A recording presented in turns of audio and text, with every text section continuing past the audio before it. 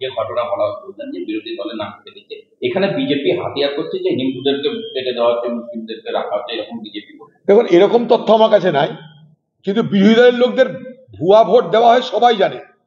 প্রত্যেকটা এলাকায় এলাকায় ভোটের আগে তৃণমূল একটা সরজমিনে তদন্ত করে। এই যে আইপ্যাক ফাইপ্যাক বলছে না, এদের এইটাই কাজ। কোথায় কে মরেছে না মরেছে সেইগুলো ভোটের সময় যাতে ভোট দান করা যায় তার ব্যবস্থা করে, সবাই জানে এটা।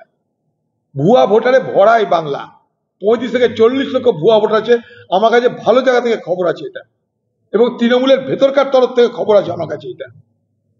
কেন হিন্দু নাম মুসলমান নাম কে কাটছে না কাটছে আমার জানা নাই, সেটাও তদন্ত করে দেখুক। যারা বলছে তারা তদন্ত করে দেখুক।